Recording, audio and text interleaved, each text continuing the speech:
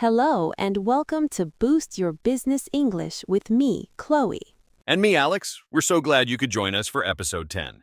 That's right, double digits. Today, we're tackling a topic that has become essential for almost everyone in the professional world. The title of this episode is Remote and Hybrid Work and Business Communication. It's a huge one. The way we work has completely changed over the last few years. Many of us are no longer in the same office or even the same country as our colleagues.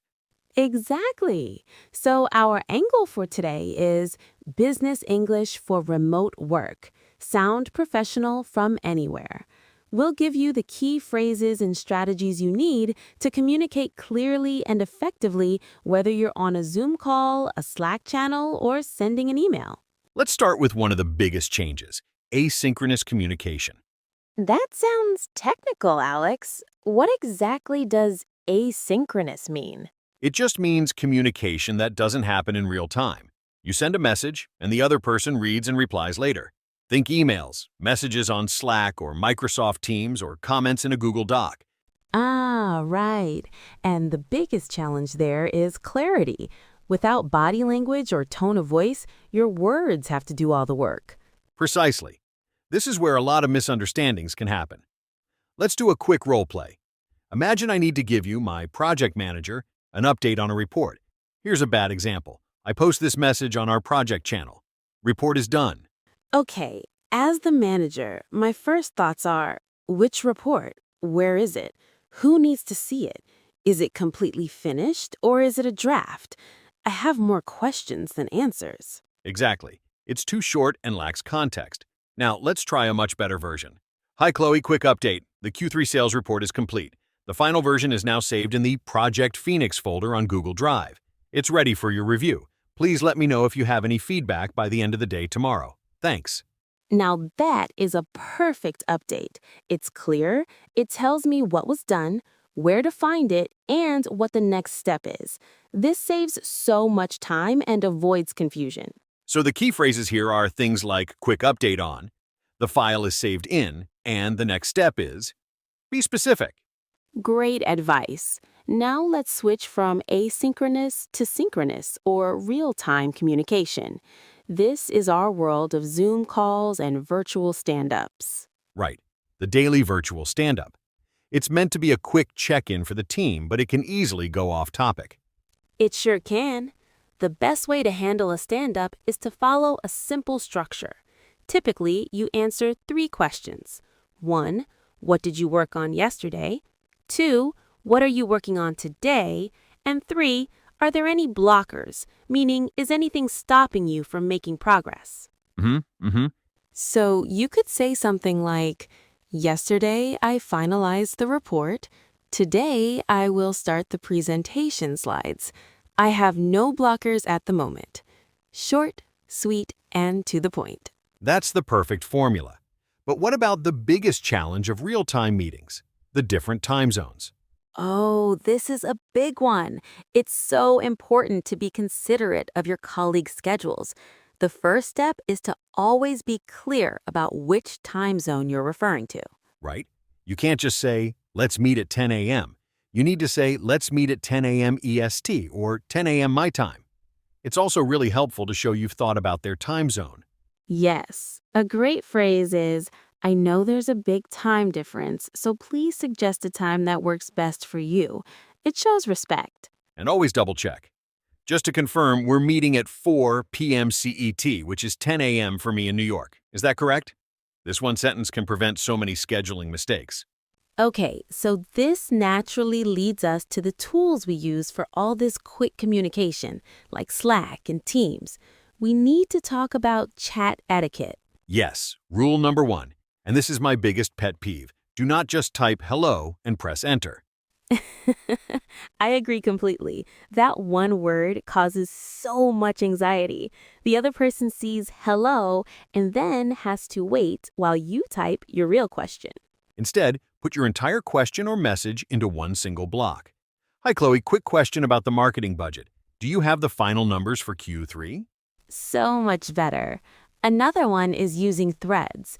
If someone posts a message, reply in a thread to keep the conversation organized and the main channel clean. 100%. And respect people's status. If someone's calendar says they are busy or their status is in a meeting, don't expect an immediate reply. That's the whole point of asynchronous communication. That's right. These are fantastic tips, Chloe. And if you, our listener, want to get more practical tips like these every single week, make sure you hit that subscribe or follow button on whatever podcast app you're using. Okay, I think it's time to put all of these skills together in our big role play for today. I'm ready. What's the situation? Okay, you, Alex, are based in New York. I'm your colleague, Chloe, based in Berlin. You need to schedule an urgent but short video call with me because there's been a delay on your part of a project. We'll start with your Slack message to me. Got it. Okay, here's my message. Hi, Chloe. Hope you're having a good morning. I need to briefly discuss an urgent issue with the Project Phoenix timeline. Would you have 15 minutes for a quick video call today? I'm available from 2 p.m. to 4 p.m. my time, which I believe is 8 p.m. to 10 p.m. for you in Berlin. Please let me know if a time in that window works. That's a great message. It's polite, it states the topic and urgency, and it shows consideration for my time zone. Okay, now I'll reply. Hi, Alex. Thanks for reaching out. Yes, 8 p.m. my time is fine. I'll send a Zoom invitation for 2 p.m. EST/8 p.m. CET. Speak to you then. Perfect. Now let's imagine we are on that Zoom call. I'll start. Hey, Alex. Good to see you. How are things in New York? Hi, Chloe. All good here? Thanks again for making time for this. I really appreciate you talking so late in your day. No problem at all. So, what's the update on the Project Phoenix timeline? Right, getting straight to it. The main reason for this call is to give you a heads up. We've encountered a small issue with one of our suppliers, and it looks like there will be a 3-day delay on our deliverables. I wanted to discuss how this impacts your part of the project. Okay, I see. Thank you for letting me know so promptly. A 3-day delay isn't ideal, but it's manageable. I'll need to adjust the marketing launch schedule accordingly. I thought that might be the case. I'm sorry for the inconvenience. So, to recap and make sure we're aligned, my action item is to send you the revised delivery date by the end of my day. Your action item is to adjust the marketing plan and inform the wider team. That's correct. Sounds like a good plan. Thanks for the clear and direct communication, Alex. It really helps. Of course, you have a great evening, Chloe. And scene. Wow, Alex, that was a masterclass in remote communication. Well, I had a good script, but seriously, notice the key elements. We were polite, acknowledged the time difference, had a clear agenda for the call, and most importantly, we finished by summarizing the action items. That last step is so critical. To recap, and my action item are powerful phrases to ensure everyone is on the same page before a meeting ends. Definitely. So, to wrap up today's episode, let's go over the main takeaways. Okay, first, for asynchronous updates on email or chat, be crystal clear and provide all necessary context. Don't make people ask for more information. Second, for real-time meetings, be mindful of time zones, have a clear agenda, and stick to it.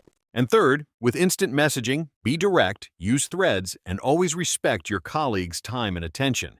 If you practice these skills, you'll build a great reputation as a clear and professional communicator, no matter where you are in the world. And that is all the time we have for today. Thank you so much for listening to episode 10 of Boost Your Business English. We really hope you found it helpful. And please, don't forget to subscribe so you never miss an episode. We'll be back next week with a brand new topic to help you succeed in the international workplace. Until then, keep practicing. Bye, everyone.